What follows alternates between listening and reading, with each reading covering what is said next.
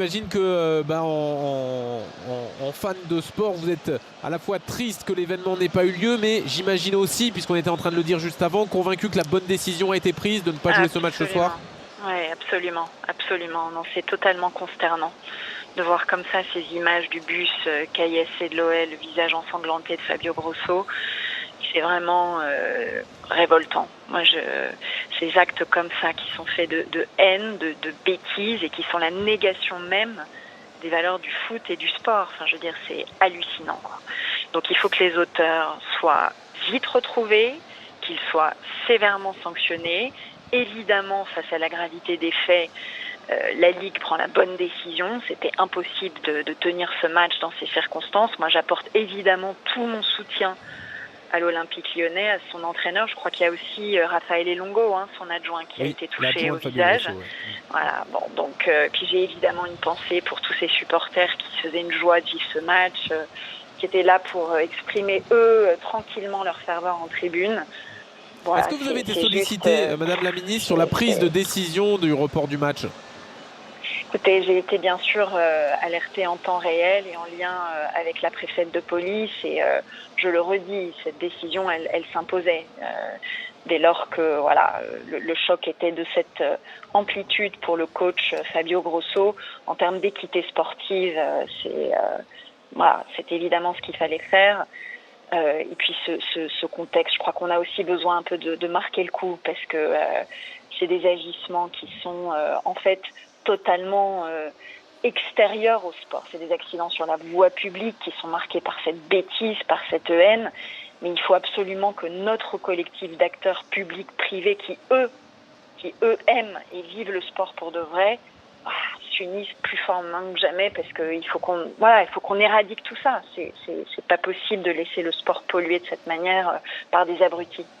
Madame la ministre, Castera, la ministre des Sports en direct sur RMC. Question de Daniel Riolo. Madame la ministre, est-ce que vous allez, dans les jours qui viennent, j'imagine forcément rencontrer le président de la LFP, est-ce que vous allez mettre la pression finalement? Je sais que vous l'avez déjà fait, qu'il y a beaucoup de dossiers que vous avez pris en main récemment, mais justement, on disait tout à l'heure avec Flo Gautreau qu'il n'y a pas de jurisprudence pour ce qu'il se passe en dehors du stade, mais également mettre la pression pour justement régler aussi ça et que sportivement le club soit amené à gérer ses supporters et qu'il y ait des sanctions pour l'Olympique de Marseille en l'occurrence. Ça peut être d'autres clubs dans le futur, en tout cas des enceintes ou les alentours où il se passe des événements aussi dramatiques.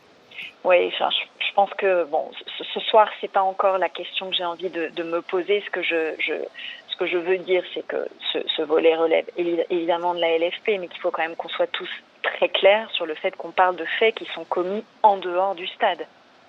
Oui. Donc il faut après enquête, il va falloir qu'on établisse la chaîne des responsabilités, mais ça relève pas du disciplinaire classique là pour le coup. Absolument. On est sur des faits d'ordre public. Et par contre, ce que ça veut dire, ce que ça montre, c'est la vulnérabilité de nos compétitions sportives à ce cheminement qui mène vers les stades, à ces contextes, à ces circonstances autour, et on ne peut donc évidemment pas s'en désintéresser. Donc, il faut qu'on ait cette approche globale, et en même temps de souligner encore une fois que c'est des agissements haineux qui n'ont rien à voir avec le sport.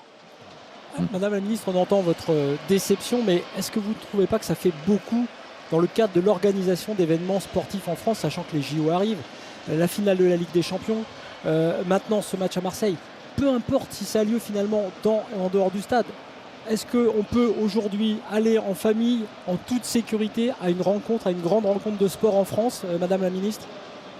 Non mais là, je veux vraiment redire que ce sont des faits qui se passent sur la voie publique, qui sont extérieurs à un stade. Donc il ne faut pas qu'on mélange tout. Autant je suis la première à indiquer à quel point on a besoin de sécuriser nos stades.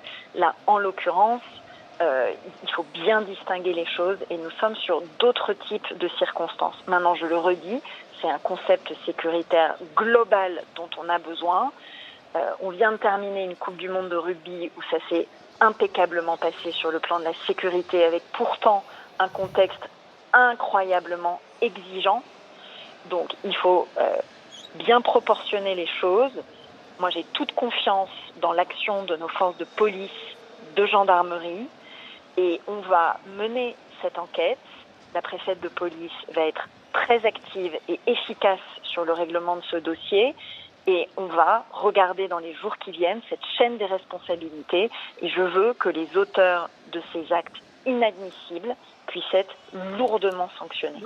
Là, en l'occurrence, Madame la Ministre, le ministère des Sports et de l'Intérieur vont devoir être en étroite collaboration, comme au moment de la finale de la Ligue des Champions, qui était également, les événements avaient eu lieu également en dehors du stade, donc a priori, ça vous concerne pas directement, c'est le ministre de l'Intérieur, mais on s'aperçoit que finalement, la sécurité du sport, elle fait que vous devez être ensemble, à l'intérieur et vous, quoi, et les sports.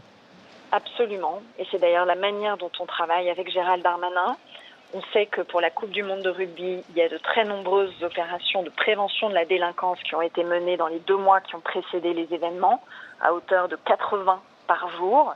Et donc cette dimension-là d'action sur l'ordre public et la prévention de la délinquance, c'est absolument essentiel. Donc oui, nous avons partie liée, mais je veux bien souligner qu'il y a une distinction entre le sportif qui relève de la LFP, des décisions d'ordre disciplinaire, et cet acte-là qui en effet se produit sur la voie publique et relève d'un dispositif de sécurité que nous devons continuer à renforcer avec la plus grande des fermetés.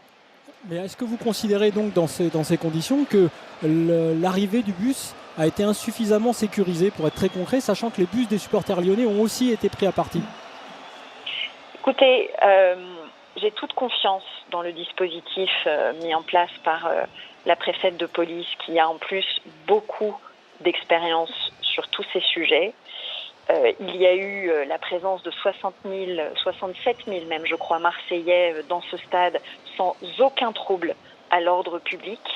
Donc là, il y a une enquête qui va devoir être menée en établissant bien la séquence des faits qui se sont produits pour encore une fois avoir la plus grande des fermetés à l'encontre de ces fauteurs de troubles inadmissibles.